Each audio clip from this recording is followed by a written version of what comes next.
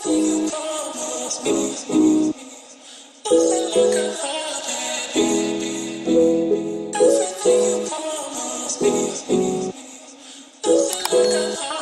you thought you was really just about to watch part 2 without watching part 1. Go watch part 1 first and then come back. But in those moments, God would speak to me, because it wasn't me. It wasn't me. God would speak to me and start to tell me, like, no, no, it's going to be okay. Everything is going to be okay. And I continued this way. 2017 was the beginning of it. I continued feeling this way into 2018. The beginning of 2017, the beginning of 2019. 2019 was a hard year for me too. And I ended up getting pregnant in that year. And then 2020 came around. And let me go back. 2019 came around and I ended up getting pregnant that year and being put on a bed rest and losing my job. So I had a lot of time on my hands. Mind you, this is pre-pandemic. And what the enemy thought was what the enemy meant to destroy me, because I swear he formed the weapon. He formed the weapon and shot the weapon to try to kill me, but it didn't prosper because now I'm here on the other side. And in 2019, I honestly thought I was going to lose my mind, because at this point I had been depressed for so long, and now I am pregnant and my life is not where I want it to be. I don't have a job. I'm living in this 2-bedroom small apartment with my mom. My relationship is going crazy and I don't know what's going on. I don't have control over my life and I don't know what's going on. And it was in my room, in that room, in an apartment with my mom. I had to talk to God. And I'm like, I talk to God how I know how to talk. I am not, this is me. This is me. This is me. What you see is what you get. This is me. So I talk to God how I know how to talk. So I said, hey, yo, God, like, what's up? What is going on here? Because this right here that's going on, this ain't it. This ain't that. And these are not the promises that you gave to me. So we had to start talking and we had to start going plan by plan, slot by slot, because I was losing my mind. So I'm like, so what do I do? Like, what do I do? Because now I'm pregnant. This pregnancy is crazy. So I said to him, God, I know you gave me this baby, but sometimes you gotta challenge him. Not challenge him, but challenge him. I said, God, I know that you gave me this baby. Now, you did not give me this baby for us to be suffering. You did not give me this baby for him to be lacking, because I just knew that I was having a boy before gender was even confirmed. You did not give me this baby for him to be lacking. You did not give me this baby for him to have a miserable mother. You did not give me this baby for his life to be anything less than great. His life is going to be great. He is going to be great. I'm not saying that his life will be without trials, without tribulations, without problems, but his life will be great because his good days are going to outweigh his bad days every single time. And that's on period. But anywho, so I said to God, what's up? What's going on? I don't like how I'm feeling and I don't want to feel this way anymore. So step one, I started going to therapy. It's okay to go to therapy. Now in 2021. Now in 2021, it's more accepted for us African Americans to be going to therapy. But It's okay if you're one of those who's still a little scared. Because as you see on my shirt, I say I'm Jamaican and I'm proud to be Caribbean. But we are very set in our ways. It's okay for you to go to therapy. You're not crazy, you know, especially as Caribbeans, we don't like telling our business and we don't like having people in our business, but they not gonna tell your business. It's literally in their contract for them not to tell your business, and it's okay for you to go to therapy. So in my pregnancy, I started to go to therapy. Whoa. Let me go back. Because like I said, I contemplated suicide, and that started in 2017. It didn't stop. It didn't stop. Those thoughts didn't stop. And it was one day during my pregnancy, I had that conversation with God again, because I've been talking to God. So it was one day during my pregnancy, I was in the car and I was driving, and the feelings of overwhelmness just came down on me. And if you're in Philadelphia, I was on Girard Avenue. And if you know anything about Girard Avenue, the trolley runs up and down Girard Avenue. And I was sitting there and the trolley was coming down. And I was like, yeah, what if I just spin this car around and these are my thoughts? And I'm with child. And I had to say to myself, no. Like, I had to talk myself out of this. Like, Angel, you need help. You need help. You have somebody else depending on you now. So even if you want to give up for yourself, you can't. And it was then that I called. There's a number. If you live in Philadelphia, there is a number. I'll put it on the screen that you can call, and they will give you help. It's like a crisis number. They have, help for if you're in immediate danger, if you're in crisis. They have help for you to be able to locate a therapist and start to go to therapy. Therapy is also free. It is also free. I don't know about everywhere, but here in the city of Philadelphia, therapy is free, and they pay for you based on your zip code. You just have to find somewhere. You have to find somewhere close to where you live, and then it'll be free, and your area will pay for it. Just so you know. So I called them because I was unemployed, so no health insurance. So I called them and I told them, like, I don't have any money, I'm unemployed, and I need therapy. And I was able to get therapy, and I went every week to talk to a stranger. And just being able to hear from somebody else that you're not crazy. Your feelings are valid. You're not alone. It's gonna be okay. Like, that was enough. Not enough, but that was enough to get me on my start to my healing journey. That was enough. And I continued therapy up until going in the hospital and giving birth to my son. And after I gave birth to him, Miss Rona came around, closely after my recovery time. Well, not closely after. Once I was recovered, Miss Rona was here. So I no longer went to in-person therapy. I took time off. And during that time, I started journaling a little bit here and there, but not consistently.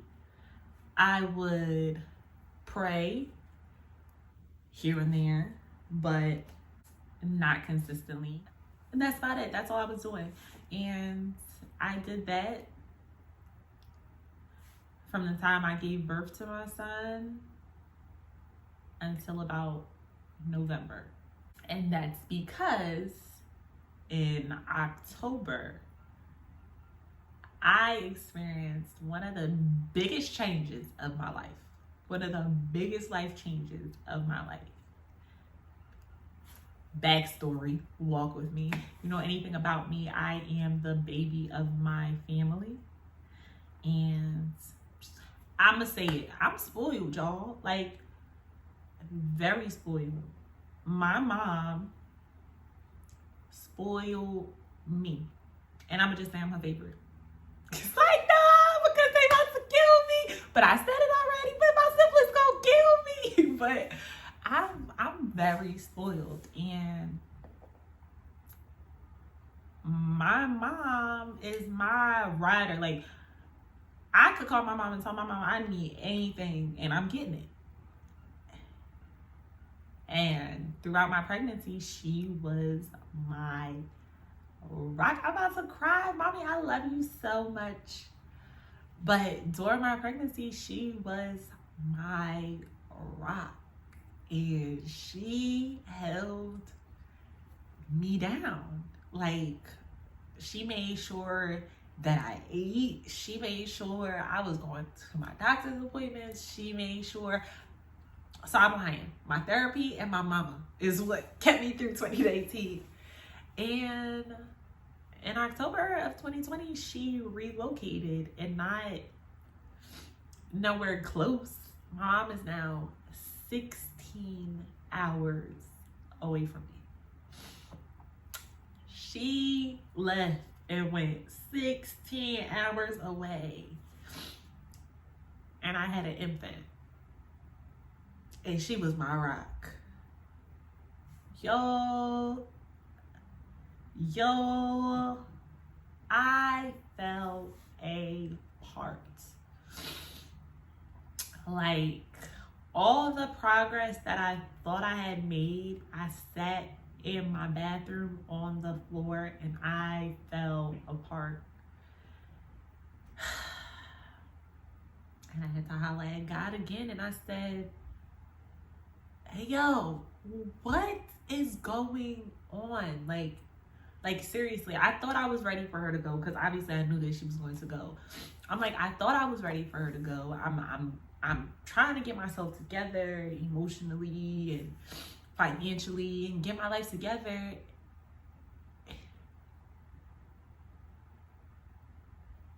And I fell apart. And I was a mess.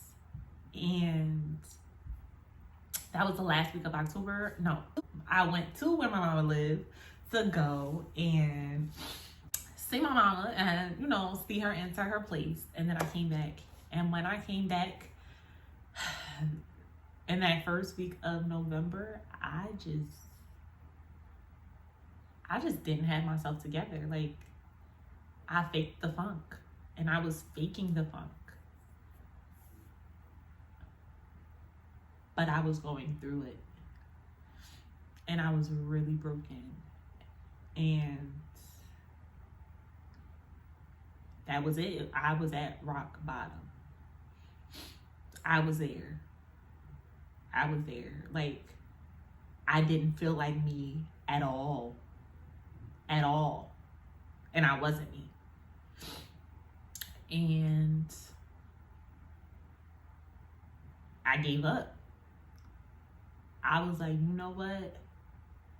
That's just gonna be that on it. And that's just gonna be that. And I don't know what I'm gonna do. And my mentor, I don't even think she knew, but my mentor, I started talking to her, and she was just, I call her in my phone, her name is my jeweler, because she just drops all the gems. And she just started talking to me, and she was like, you know, go to therapy. Like, go to therapy. And I was like, well, I went to therapy before. And she was like, go back. Go to therapy. And I found another therapist, because therapy was good. It was good. Don't get me wrong. But I didn't go back to that same therapist because there was just a little disconnect there. Like, I don't want to be the one, but she was a white woman who was still in school getting her master's in psychology, and single, no kids, no relationship, no nothing. I am a black woman with a child, with other things going on, and I just felt like we couldn't relate. It was the disconnect there. So although the therapy was effective and it helped, I felt like it had reached its cap. So I went and I found another thing. I found somebody who looked like me this time. So that helped. My mentor, she didn't even know, but she came out with a day of 21 days of videos, and she was posting videos every day for 21 days and just talking about how she got through life and how she overcame her obstacles. Shameless plug, if you haven't already, she just released a book called Driven by Purpose, God's Turnaround. Her name is Aishia Stanley. It's available on Amazon. A link is down below. Go get that book. And go watch her videos too. I'm gonna link that below too. Go watch her videos too because they got me through. But just watching her videos every day for 21 days, even when I didn't feel like it, honestly, I love you though, sis. But there was some days I didn't feel like watching the videos, and I would just let them play like while I was in the shower and just get the information coming into me. There was that. And then I started reaching out to people who knew how to pray, because at this point I knew I needed prayer. I knew I needed to get back in alignment with God. I wasn't far because I'm talking to him and I know he's still ordering my steps, but I needed to pray and I needed to be able to communicate with him, but I wasn't there yet. So at this point I started to reach out to people who I knew how. I'm calling my best friend. And I mean, when I say I'm calling people, I'm calling them 1, 2, 3 o'clock in the morning. We gonna pray. I need you right now. And they're praying. They're up. They're available. I'm talking, and God gives you the people that you need too. I'm talking people I haven't talked to in years. I haven't talked to one of my college roommates. Shout out to you, Sally. I haven't talked to Sally since I left. That's another story time in itself. I haven't talked to Sally since I left school in what was that, March of 2016. But she prayed me through some situations. And there was other people who I called on, who I hadn't talked to in years because I was in my depressed state and not feeling like myself. But spirit recognized spirit, real recognized real, and they knew that Angel was going through something where she needed some help. So therapy. Then there is also this, I'm just shouting everybody out. This is the shout out video. This is the plug. There's going to be 2 parts, but this is the shout out video. This is the plug. But no, seriously. And then one of my homegirls, she put me on to this prayer room that's on Instagram. And this guy named Ladoon, he goes on Instagram Live.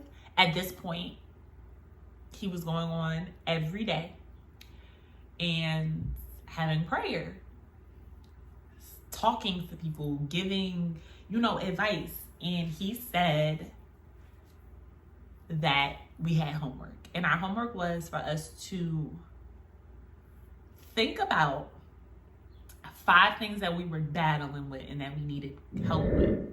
And to go into the Bible and to find scriptures that counteracted those 5 things. So, or 5 things, it was things that you were going through or things that you needed from God. So my 5 things were anxiety, lack of faith, needing direction, depression, and what was my other thing? Depression, and what was my 5th thing? I'm gonna find it, because I don't want to be lying to y'all.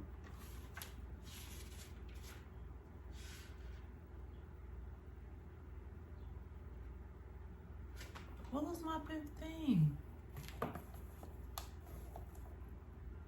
Guidance. So I went in the Bible and I found scriptures and I wrote it down.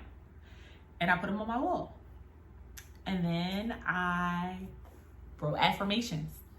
Wrote them down. And I stuck them joints on my mirror in my bathroom. And I read them every single day. I wouldn't read all 5 of them, but I would wake up that morning and I would say, depression, and I would read and I'm gonna go in my bathroom and I'm gonna read my affirmations. And I created a positive vibe playlist of music, gospel music, ratchet music, hate your ex music, love your ex, not your ex, love yourself, love your man, all that. All that is on one playlist. But I created a playlist of just feel good music, and I started playing the music for myself in the morning time, listening to my music, making sure that I was reading my Bible. I have the Bible app on my phone. On the Bible app, there are plans. And I started reading plans that were specific to things that I was going through. So I started finding plans about depression, finding plans about anxiety, finding plans about forgiveness, finding plans about planning your life. And finding plans about planning your life and preparing yourself for your next season. And reading those plans. What else did I do? And I started to focus on me. And here I am on the other side. And it feels great. Going through it wasn't pretty. It wasn't fun. It was hard. But I made it and I got through it. And I don't know what you're going through. Unless you feel comfortable enough sharing it with me. But I don't know what you're going through. And I don't know what you may go through in the future. But what I can tell you is that you'll get through it. He did not bring you to it to not get you through it. It's hard. It's going to take a lot of work. It's going to take a lot of work. It's going to take a lot of work, but you can get through it. And I know that because I got through it. 5 years of being depressed, 5 years of not feeling like myself, 5 years of being unhappy in my own skin, 5 years of being unhappy when I look in the mirror, 5 years of just not wanting to be here, just not wanting to be alive. Not living. 5 years of not living. And I'm talking going to events, celebrating birthdays, taking trips, posting pictures, graduating. Things is going on. Smiling. Things is going on. But I wasn't living. I wasn't happy. I made it through the video. I didn't cry. But no, seriously, friend. I say all of that to say I did it, so can you. You are not the first, and you will not be the last. First things first, get you a therapist. Second thing second, get you a journal and write in it. And your journal doesn't have to be for one specific thing. Like my journal got prayers, my journal has goals and plans, my journal has different things in there, but make sure that you're writing. So that next year you can pick that journal back. You can pick that journal up and you can see just how far you've come. And love on yourself. Love on yourself. Like seriously. And for my sisters out there, for my mommy friends, for my new mommy friends, make time for yourself. Because there were times where, if truth be told, I would get into bed, go through the whole day taking care of my son, making bottles, pumping milk, washing bottles, changing diapers, doing laundry, all of this that I done did for him, and I didn't take 10 minutes for myself. I didn't take 10 minutes to go take a shower. If I'm being real. So make sure that you're making time for yourself. If you like doing your nails, go get your nails done. You like doing your hair, go get your hair done. If you like doing your own hair, take your time to do your hair yourself. Make sure that you put time into yourself, and you make sure that you're able to invest in yourself, because you can't be good for anybody else if you're not good for you first. So make sure that you're okay. Take the mask off. And remember, we reserve the right to disappear if we're not feeling like ourselves. If you need to take a social media fast, don't feel guilty. If you need not to answer your phone for a few days, don't feel bad. Put that thing on Do Not Disturb. Delete those apps off your phone and get in tune with you. And if you made it all the way to the end of this video, you might as well click subscribe, click that subscribe button, click the bell so you can get a notification every time I upload, and comment down below. I want to continue this conversation with you. You can also email me if you would like to have a private conversation, but I would love to hear from you. And I'm here for you. Now, I'm not a licensed therapist or anything, so I can't give you any professional advice, but I'm here for you, and I would love to talk to you and offer you any more suggestions or just be a listening ear. If you need to talk, I am here. Let me know, friends, and I will see you in my next. Let me know, friends. Let me know, G's and goddesses, and I will see you guys in my next video. It's gonna be a vlog, and we gonna be lit in Atlanta with my friends, because I want to do hood rat things with my friends, and that's on period.